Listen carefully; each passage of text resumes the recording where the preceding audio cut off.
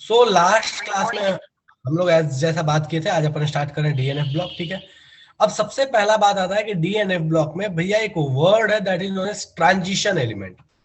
अब transition element हम किसको कहते हैं, तो जरा इस डेफिनेशन को देखिए। तो कहता है कि transition element is defined as the one which has incomplete filled d orbitals in its ground state or in any one of its oxidation state. Zinc, cadmium, mercury of group 12 have full d10 configuration in their ground state as well as in their common oxidation state. Hence they are not regarded as transition metals. मतलब transition metal का मतलब वो हुआ जिसमें incomplete D होता हो। अगर पूरा डी हो गया तो भैया हम उसको ट्रांजिशन नहीं कहेंगे। जैसे जिंक है, कैडमियम है, मर्क्यूरी है, जो कि ग्रुप नंबर 12 में आता है। लेकिन एक सवाल यहाँ पे फिर उठ के आता है कि हम तो बचपन में कॉपर का भी पढ़े थे कि कॉपर भी D10 हो जाता है। तो कॉपर के बारे में क्या ख्याल है, कॉपर यहाँ मेंशन क्यों नहीं है? तो यहाँ देखो एक चीज लिखा हुआ है कि कॉमन ऑक्सीडेशन स्टेट में भी उसका D10 कॉन्फ़िगरेशन होना चाहिए। और जब कॉपर की बात करते हैं तो कॉपर अगर आपका +2 में है तो वहां कॉन्फ़िगरेशन D9 हो जाता है, D10 नहीं होता। तो इस वजह से कॉपर को हम as a transition metal consider नहीं कर सकते।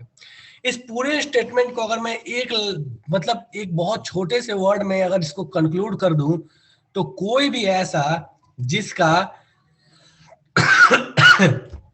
NH2 कॉन्फ़िगरेशन हो एंड N-1 D10 हो, कोई ऐसा जिसका NH2 हो और N-1 D10 हो, अगर ये कॉन्फ़िगरेशन लेके के कोई भी एलिमेंट चल रहा है तो भैया ये ट्रांजिशन नहीं कहलाएगा, ये ट्रांजिशन में कंसिडर नहीं होगा। ठीक है, तो इसको आप आसान भाषा में ऐसे कह सकते हैं, कोई भी ऐसा मेटल जो NH2 N-1 D10 में आएगा वो ट्रांजिशन में आप कंसिडर नहीं कीजिएगा। कॉपर इस कंडीशन को फॉलो नहीं करता है। कॉपर में देखोगे तो NS1 मतलब बेसिकली वो ऐसा हो जाता है, कॉपर की बात करें तो ये हो जाता है 4s1 और यहाँ पे हो जाता है 3d10।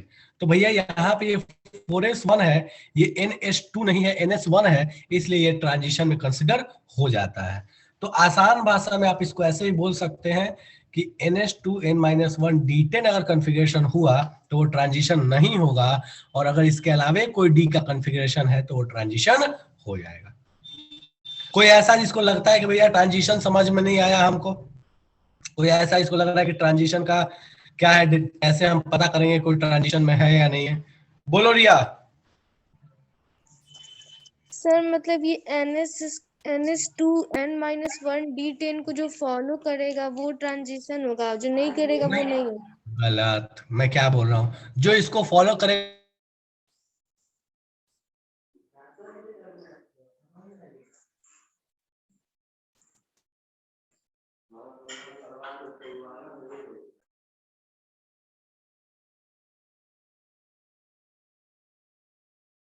हुआ है कि भैया ये ट्रांजिशन नहीं होगा, इसको बड़ा सा काट लो भाई। कोई भी ऐसा जो D10 हो और NH2 हो उसको ट्रांजिशन आप नहीं कहिएगा, बाकी और सबको आप ट्रांजिशन कह सकते हैं अगर उसके डी में लास्ट इलेक्ट्रॉन आया है तो। डन है, मतलब डी ब्लॉक वाले सारे ट्रांजिशन कहलाएंगे, इस तरह के कॉन्फ़िगरेशन को छोड़ के। डन है, चलिए बढ़िया, छापिए इसको फटाफट से, हेडिंग डाल लीजिए और छापते चलिए।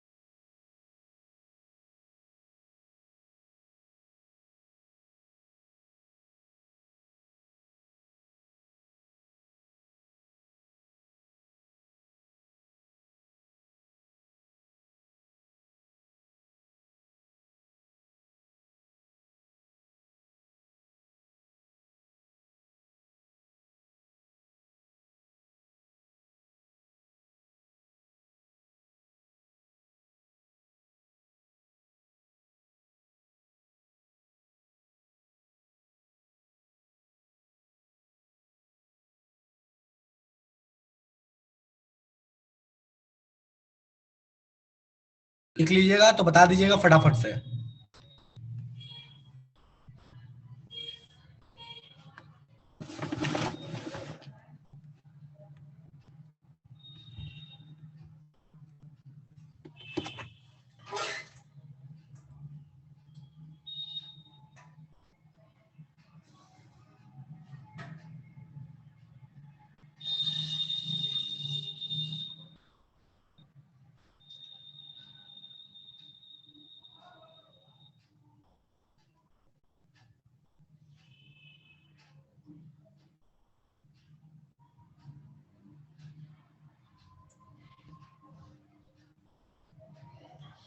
हो गया?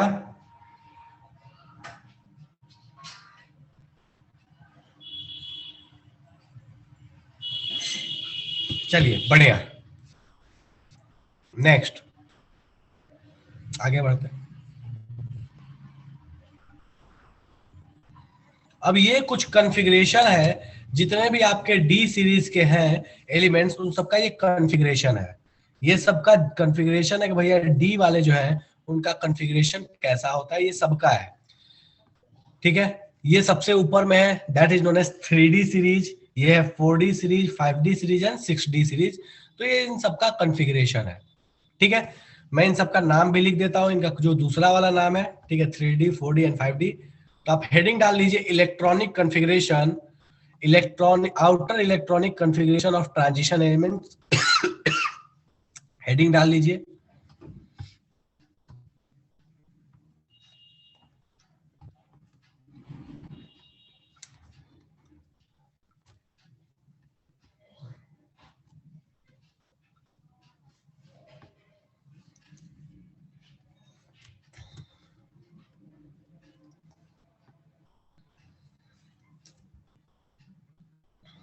हेडिंग डाल लीजिए outer electronic configuration of transition elements, और ये सारे कॉन्फ़िगरेशन छाप लीजिए। इसको लिटरली लिखना है, इसमें कोई अलहदी पंक्ति मत कीजिएगा कि नहीं, कोई जरूरत नहीं है, लिखते चलिएगा। N S N Z N plus two, तो एन जीरो होगा। निधि, जब तुम ऑक्सीडेशन स्टेट ले रहे हो तब हमने क्या कहा कि जनरल में भी उसका D10 होना चाहिए। क्या जेड एन प्लस टू जब लिए तो क्या वो D10 कॉन्फ़िगरेशन नहीं दिखा रहा है? दिखा रहा है ना। तो हम कह सकते हैं कि this is a transition, this is not a transition metal. ठीक है, चलेगा?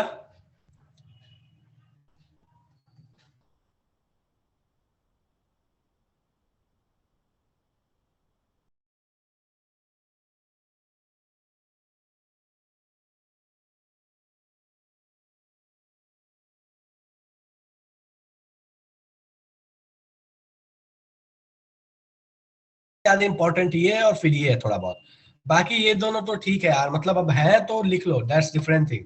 बाकी यही दोनों इंपॉर्टेंट है।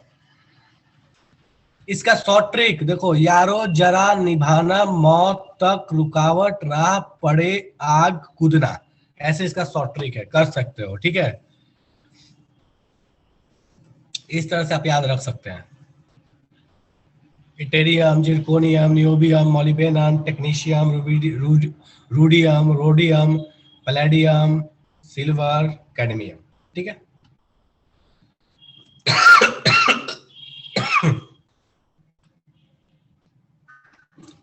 अच्छा ये 7D है। ठीक है, छापो फटाफट से।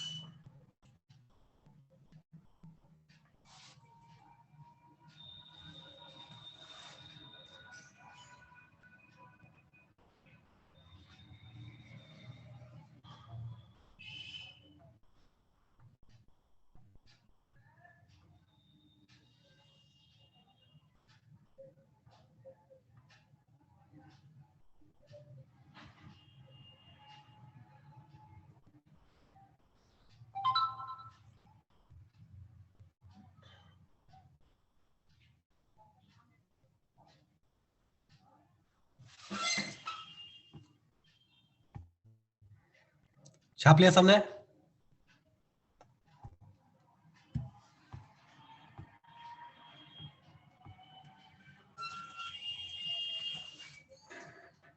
छापो छापो, कोई बात नहीं, छापो।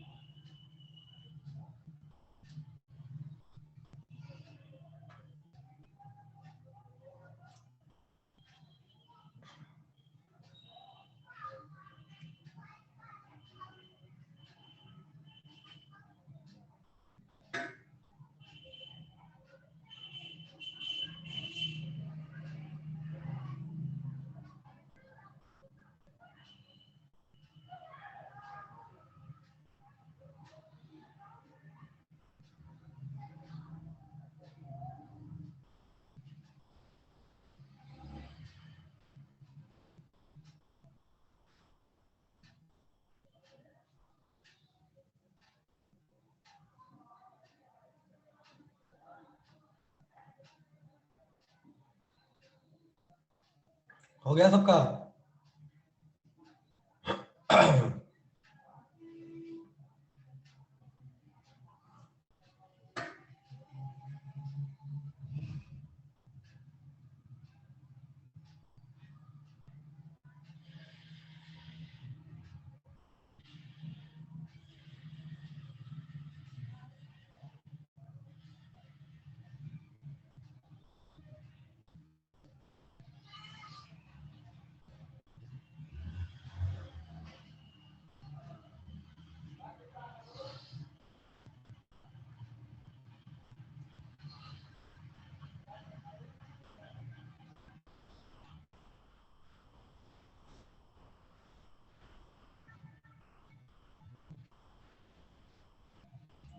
लिखते ही चलना है इसमें आनंद बाबू।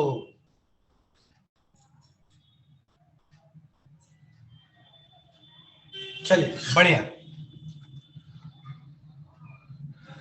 पहला स्लाइड 5 सेकंड के लिए चलो दिखा देते हैं भाई। सबने लिख लिया क्या? ये कोई ऐसा जो अभी भी लिख रहा है?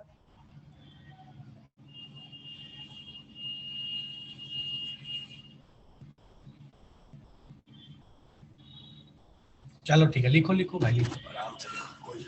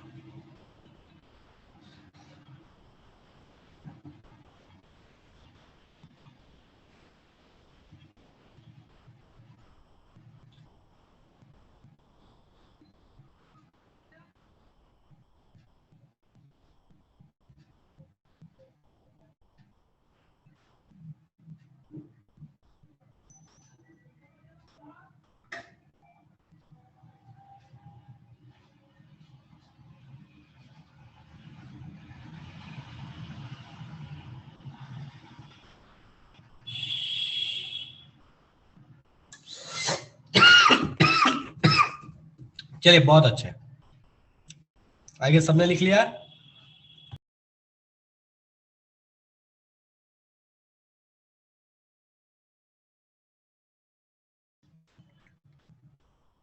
चलिए ठीक है। सो मैं पिछला स्लाइड एक मिनट दिखा दे रहा हूँ। ओजस्वी जल्दी से नोट डाउन कर लो जो भी छूटा हुआ है।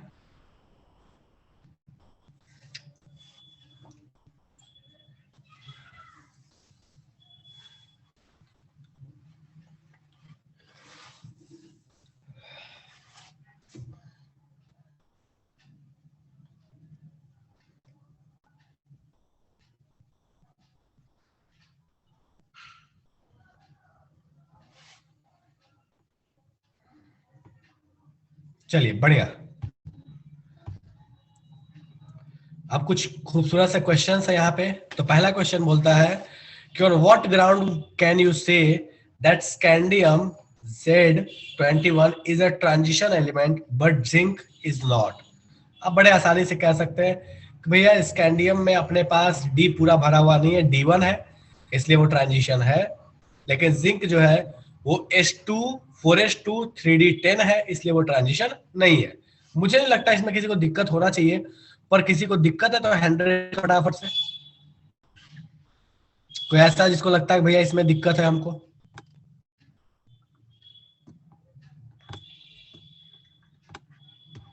डन है। चलिए तो इस क्वेश्चन को लिख लीजिए, आंसर भी लिख लीजिएगा, और फिर नेक्स्ट क्वेश्चन पे ध्यान दीजिए। नेक्स्ट क्वेश्चन क्या कह रहा है? कह रहा है कि सिल्वर एटम में कंप्लीटली डी होता है ग्राउंड स्टेट में। अब कैसे कह सकते हैं ये ट्रांजिशन है? तो भैया हम थोड़ी देर पहले ही देखे थे कि भले ही डी पूरा भरा हुआ हो, लेकिन अगर वहां पे NH2 नहीं होगा तो भी वो ट्रांजिशन नहीं कहलाएगा। तो हम सिल्वर में भी यही काम कह सकते हैं। हम सिल्वर से ये कह सकते हैं कि भैया सिल्वर में भले ही डी भरा होता है, लेकिन इसके एस में 2 इलेक्ट्रॉन नहीं होते हैं, इसलिए ये भाई साहब भी ट्रांजिशन होने वाले नहीं है। चलेगा क्या? कोई ऐसा जिसको इन दोनों क्वेश्चन में तकलीफ है? कोई ऐसा जिसको लगता है भैया इन दोनों क्वेश्चन में हमको बहुत तकलीफ है? चलिए ठीक है। सो क्वेश्चन लिखिए और खुद से आंसर लिखिए इन दोनों का, ठीक है, और फिर अपन आगे बढ़ेंगे।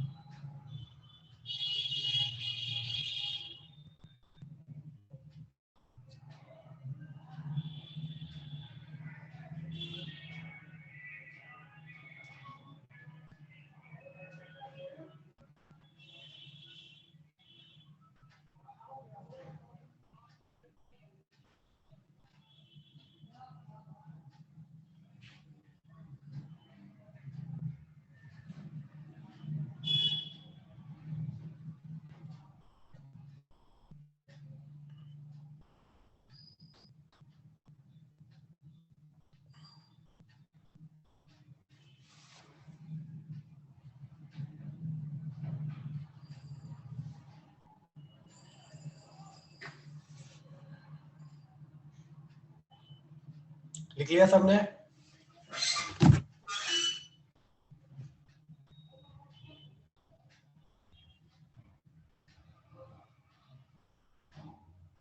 चलो लिख के बताओ मुझे, कोई बात नहीं, लिखो आराम से लिखो भाई।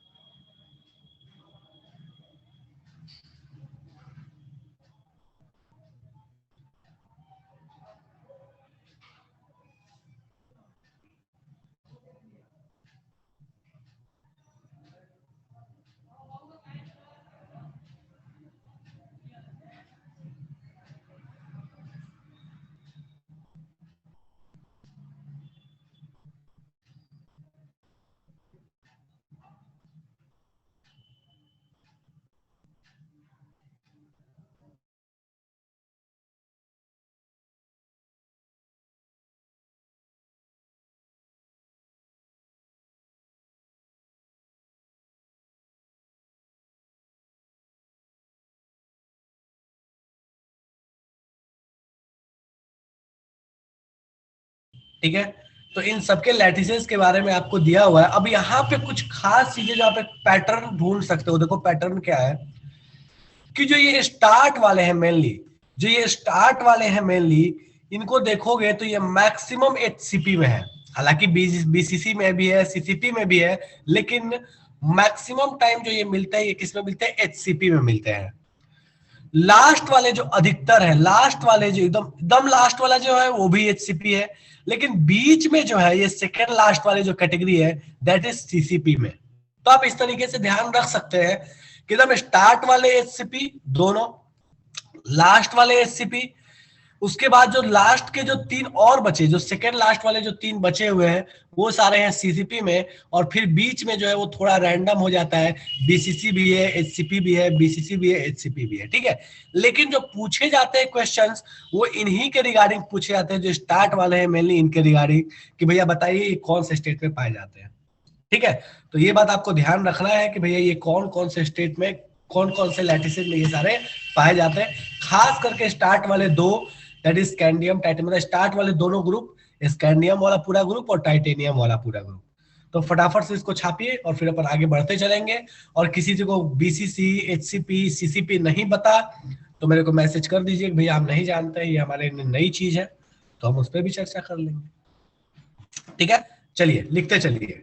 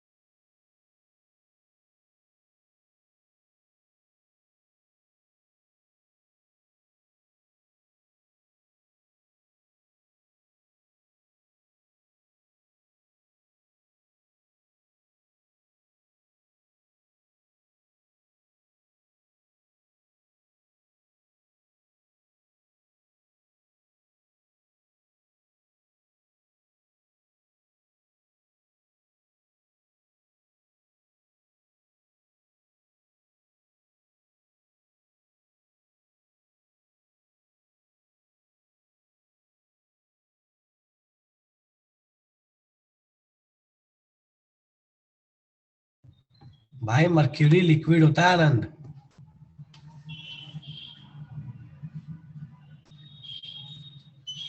सॉलिड नहीं होता है।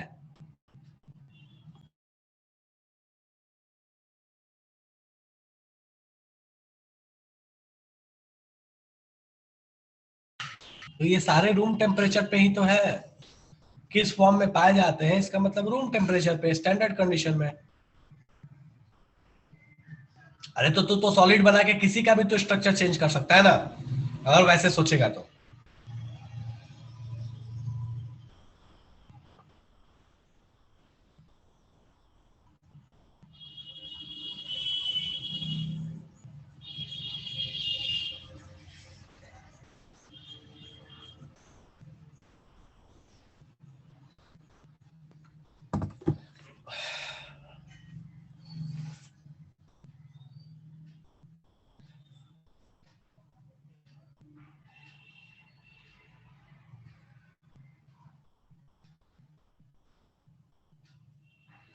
लिखो फटाफट से।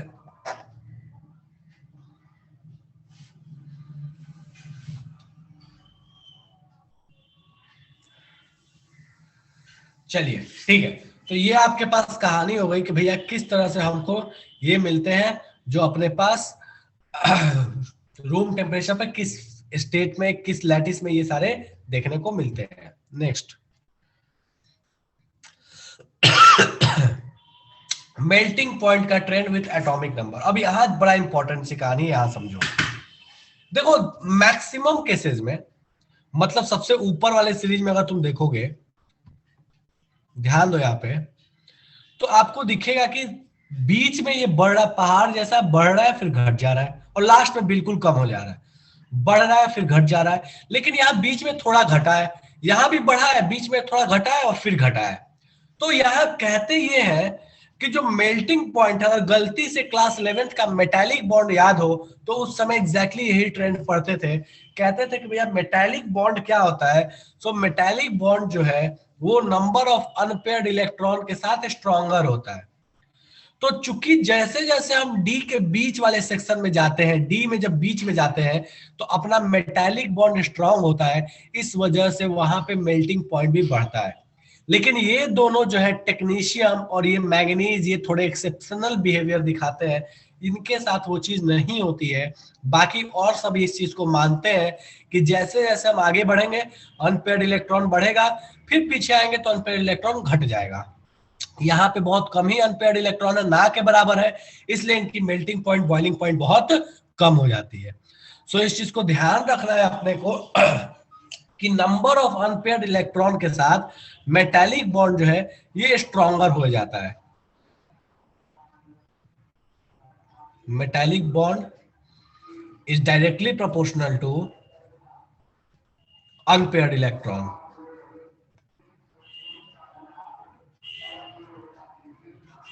ठीक है, सो इस वजह से क्या होता है कि पहले मेल्टिंग पॉइंट बढ़ता है और फिर घटता है।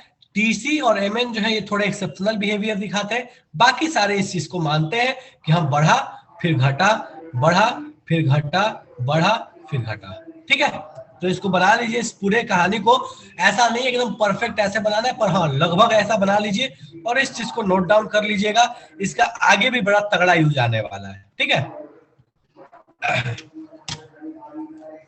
डन है, लिखते चलिए, बनाते चलिए। लिख लीजिएगा ऊपर मेल्टिंग पॉइंट। ठीक है,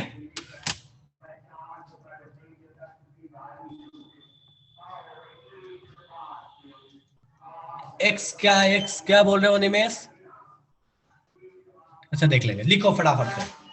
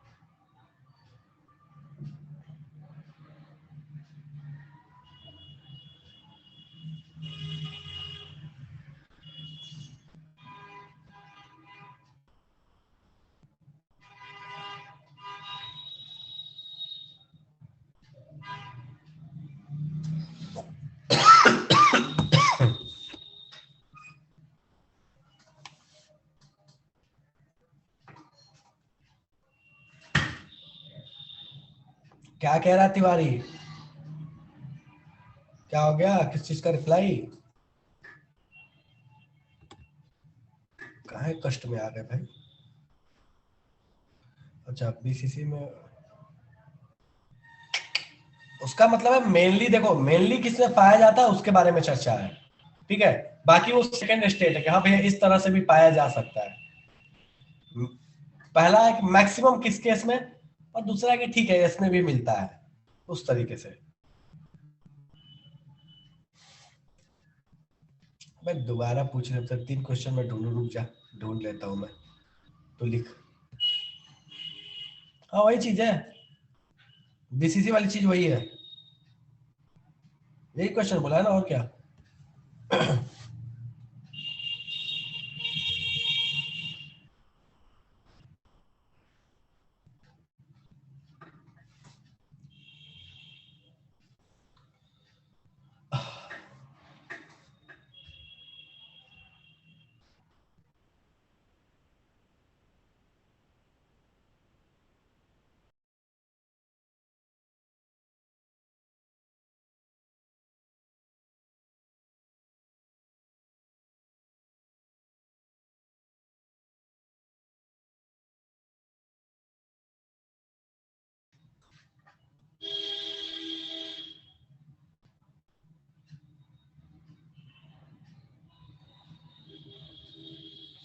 चलिए बढ़िया, लिख लिया सबने?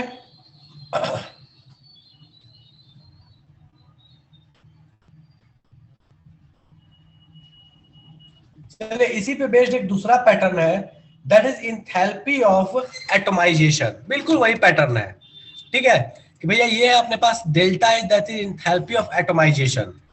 सेम कहानी, सेम लॉजिक।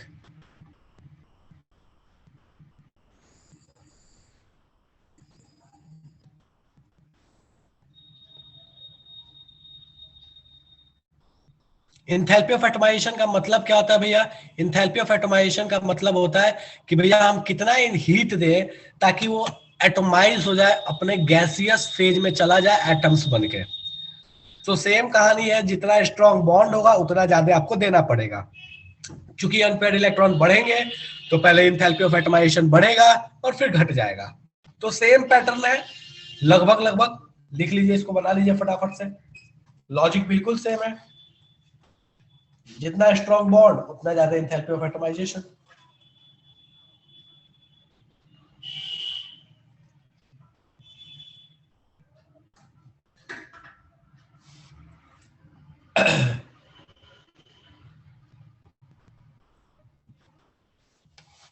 बिल्कुल भैया, लगभग सेम ग्राफ है, पूरा सेम नहीं है, लगभग सेम है।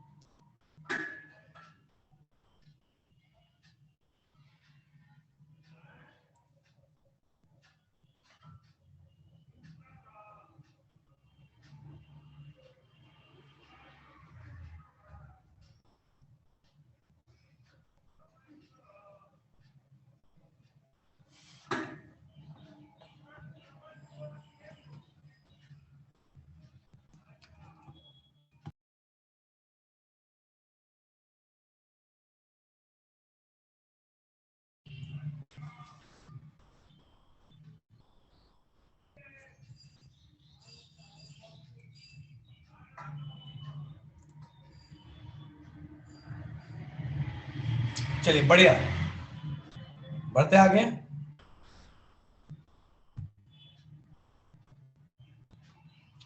ये है रेडियस का ट्रेंड। अब देखिए भाई यहाँ रेडियस का ट्रेंड कैसा है, ये चीज हम पहले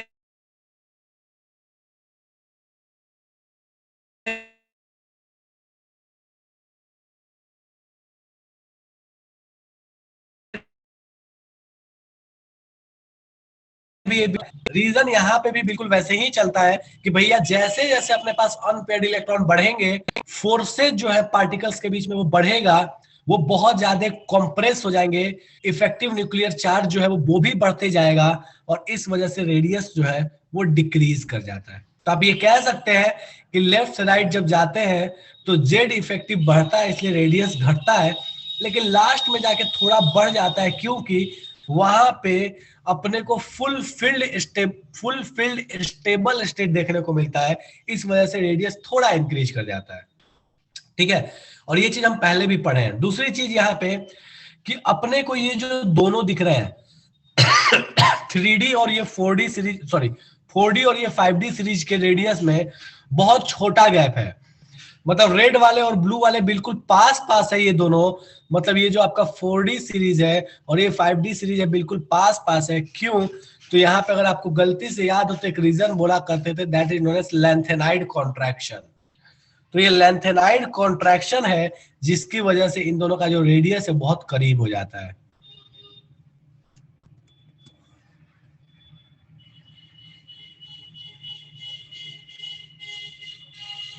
ये आगे भी वापस से आने वाला है, लेकिन अगर आपको गलती से पीरियोडिक टेबल याद हो तो बड़ा डिटेल्स में पढ़े थे कि लेंथेनाइड कॉन्ट्रैक्शन क्या होता है।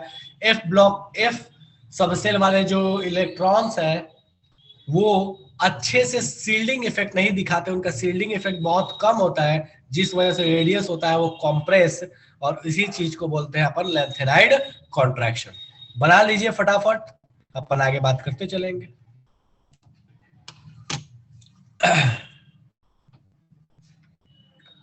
क्या बोल रहा है तिवारी? राइट मोस्ट में अनपेयर कम हो जाते हैं। हाँ बिल्कुल, राइट मोस्ट में अनपेयर इलेक्ट्रॉन कम हो गए। ठीक है, तो इस वजह से उनमें ठीक ठाक स्टेबिलिटी आ गई। ठीक ठाक स्टेबिलिटी आ गई तो वो थोड़े बड़े साइज के हो गए। शुरू वाले में अनपेयर्ड इलेक्ट्रॉन ठीक ठाक थे, उनमें स्टेबिलिटी उतनी अच्छी नहीं है, तो वो भैया कॉम्प्रेस होते जाते हैं।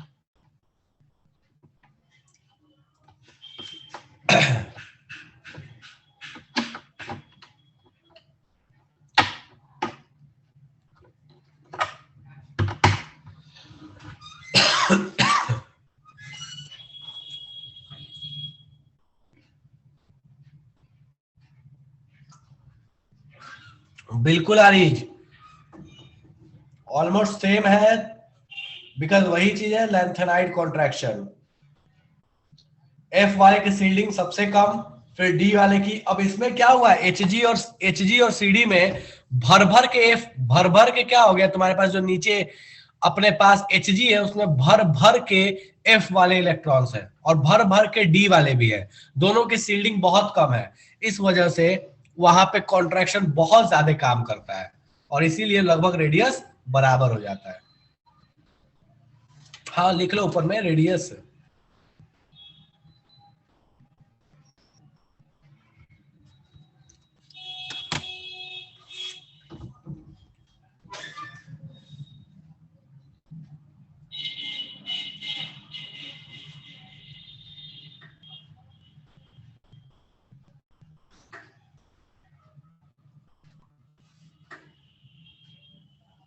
फील्डिंग इफेक्ट तो आपको बहुत अच्छे से आता ही है, उसमें कोई दिक्कत है नहीं, आप इस चीज को बहुत अच्छे से समझते हैं।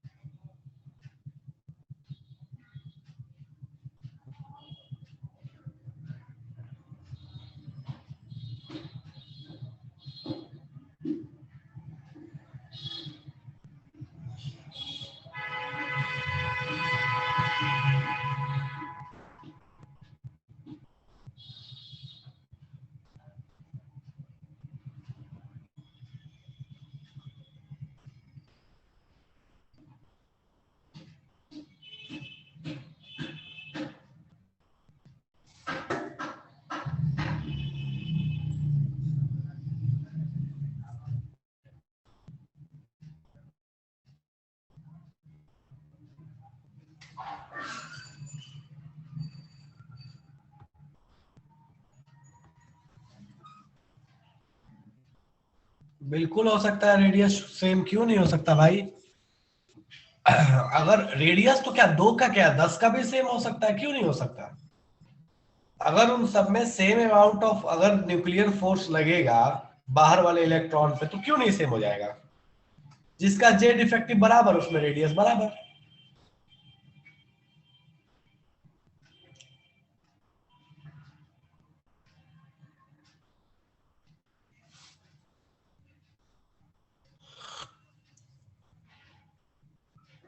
चलिए बढ़िया हो गया। किसी और को इसमें कुछ डाउट है, कुछ पूछना है तो पूछ लो भाई। देख लो, ऐसा लग रहा है कि कोई चीज समझ नहीं आई तो। ये बहुत इंपॉर्टेंट है, ध्यान रखना। ये वाली चीज बहुत इंपॉर्टेंट है, ये बार बार पूछा गया है, चाहे कॉम्पिटेटिव एग्जाम हो चाहे बोर्ड एग्जाम हो, कि रेडियस क्यों ऐसा होता है कि भैया बराबर हो जाते हैं डी वाले में। 4D 5D का रेडियस बराबर क्यों होने लगता है? So that is simply lanthanide contraction. वही इसके नीचे वाले आ जाएंगे तो वहां पे हो जाएगा एक्टेनाइड कॉन्ट्रैक्शन। ठीक है, चलिए। ये होता क्यों है? क्योंकि एफ का सील्डिंग इफेक्ट बहुत कम होता है।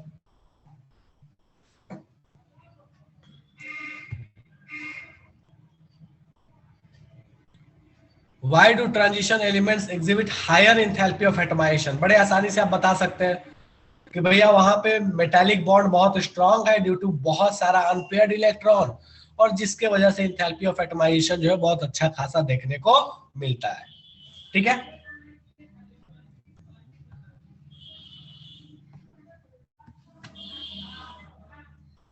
यहाँ पे क्वेश्चन बन जाता है कि भैया टंगस्टन को हम क्यों यूज करते हैं फिलामेंट्स में? तो आप उस सीरीज में देखे होंगे कि टंगस्टन मेल्टिंग पॉइंट वाली सीरीज में टंगस्टन सबसे ऊपर में आता है, मतलब उसकी मेल्टिंग पॉइंट बहुत हाई है। इस वजह से हम उसका यूज कर लेते हैं बल्ब्स बनाने में, क्योंकि वो मेल्ट नहीं होता हीट होने पे बहुत ज्यादा।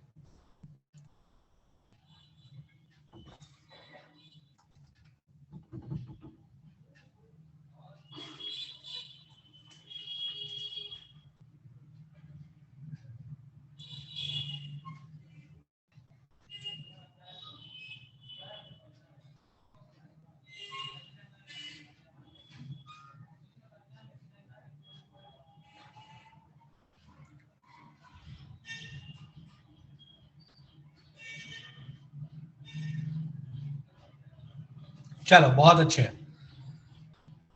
इसका आंसर आप खुद से लिख सकते हैं, ऐसा उम्मीद है मेरे को।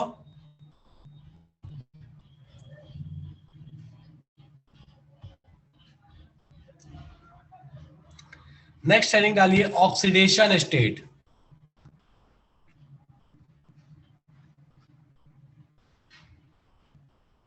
या ऑक्सीडेशन नंबर, मतलब सेम ही है। तो ये सारे इनके जनरल ऑक्सीडेशन स्टेट है, लेकिन जिसको ये बोल्ड किया हुआ है that are common oxidation state, जो कॉमनली देखने को मिलता है। बाकी और सारे जो है वो भी है, एग्जिस्ट करते हैं, लेकिन ये जो बोल्ड वाले हैं ये कॉमनली देखने को मिलते हैं। इनमें अधिकतर इनके कंपाउंड्स दिख जाते हैं। बाकी और सारे भी पॉसिबल हैं, जो जो पॉसिबल है वो सारा कुछ यहाँ दिया हुआ है। ठीक है, जैसे हम बचपन से देखते आए हैं कि भैया आपने इसका तो बोल्ड करने की जरूरत नहीं क्योंकि एक ही है। स्कैंडियम का oxidation state that is +3 only, and zinc is +2 only. अगर आप आयरन का देखें तो +2 +3 हम देखे हैं। क्रोमियम का याद कीजिए तो हम +3 एंड +6 बहुत कॉमनली देखते हैं। ऑक्सीजन जब हम रेडॉक्स रिएक्शन में भी देखे हैं +6 से +3 जाता है। Mn में +7 से +2 बड़े आसानी से जाता है, हालांकि +4 भी बनता है, +3 भी बनता है, +5 भी बनता है, सारे बनते हैं। ठीक है, तो ये कुछ कॉमन वाले हैं जो बोल्ड किए हुए हैं, जिसको सर्कल कर दिया मैंने, फटाफट से छाप लीजिए। बाकी और सारे पॉसिबल वाले हैं। अब यहाँ एक चीज नोटिस कीजिएगा, तो Mn जो है वो बहुत तरह का ऑक्सीडेशन नंबर दिखाता है, क्योंकि ऑब्वियस है भैया इसके पास बहुत सारे अनपेयर्ड इलेक्ट्रॉन्स हैं। तो बहुत सारे अनपेयर्ड इलेक्ट्रॉन है तो बहुत सारी इसकी पॉसिबिलिटी है ऑक्सीडेशन नंबर दिखाने की। छापते जाइए फटाफट से।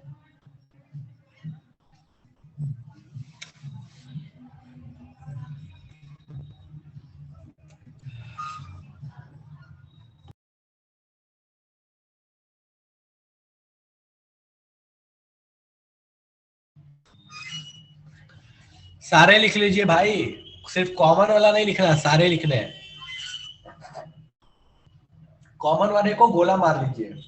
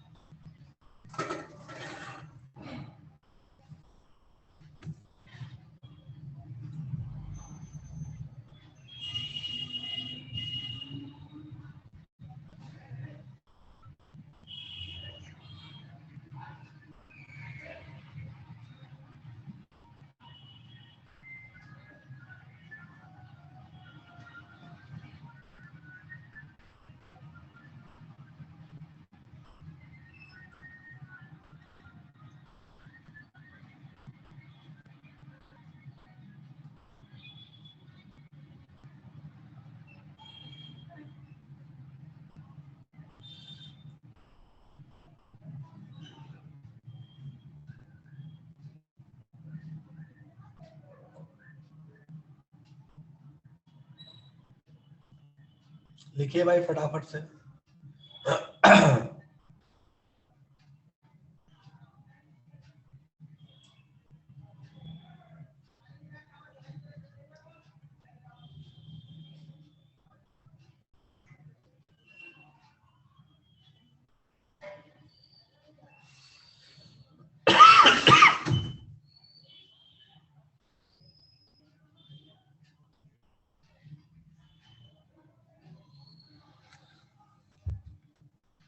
अनिमेश, हम ट्रांजिशन एक्चुअली नहीं पढ़ रहे, हम डी ब्लॉक पढ़ रहे हैं, इस वजह से हम जिंक को साथ लेके चल रहे हैं। ठीक है, तो अपना चैप्टर जो है ना वो एक्चुअली ट्रांजिशन मेटल्स नहीं है, वो डी ब्लॉक है। तो डी ब्लॉक में तो है ना अपने पास जिंक।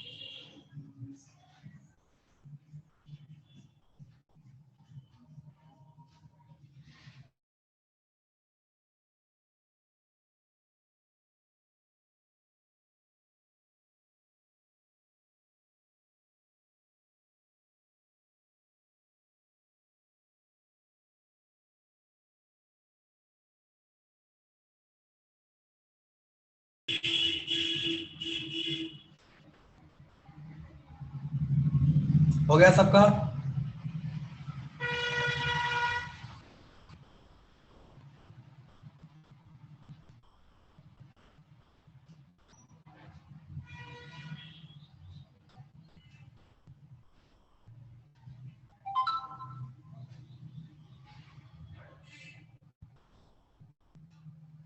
चलिए बहुत अच्छे।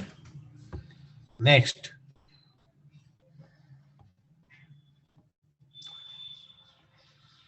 बोलता है कि कौन सा ऐसा ट्रांजिशन एलिमेंट है जो कि वेरिएबल ऑक्सीडेशन स्टेट नहीं दिखाता है।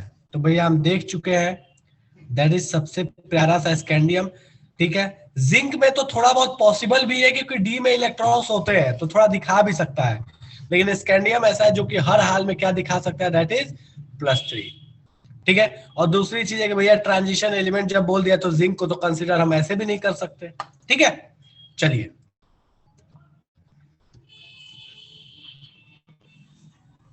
तो भैया इस तरीके से अपने पास कहानी हुई डी ब्लॉक की। अब अगले क्लास में अपन पढ़ेंगे इसकी और आगे की कहानी। आज की सभा में यहीं पे रोकते हैं। ठीक है, काफी प्यारा सा मासूम सा चैप्टर है ये, आराम से हौले हौले करके पढ़ेंगे, कोई हड़बड़ी नहीं अपने को। ठीक है, क्लास में और आएगी, नेक्स्ट क्लास में और आएगी कहानी, पढ़ते चलेंगे। डी जिंक और क्या दिखा सकता है? जिंक में मान लो कि अपने पास डी में इलेक्ट्रॉन्स है आनंद, तो हम चाहें तो वहां पे ये तो कर ही सकते हैं ना, बहुत ज्यादा वहां पे